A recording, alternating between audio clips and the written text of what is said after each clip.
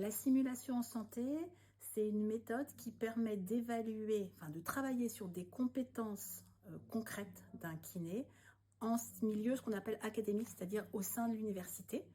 Et c'est très important parce que ça permet, en plus des connaissances théoriques ou des connaissances pratiques par des TP classiques, de mettre les étudiants en situation le plus proche possible du réel.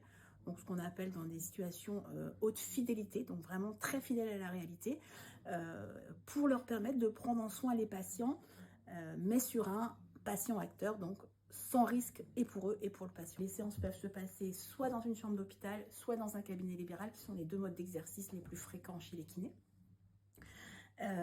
Et ensuite, donc, la séance dure 30 minutes, ce qui est la moyenne d'une séance de kinésithérapie actuellement. Une fois que la séance est terminée, on fait effectivement un vrai débriefing et qui est vraiment très très important. Le débriefing, la séance en elle-même, le jeu en lui-même, sans débriefing n'aurait pas de valeur pédagogique.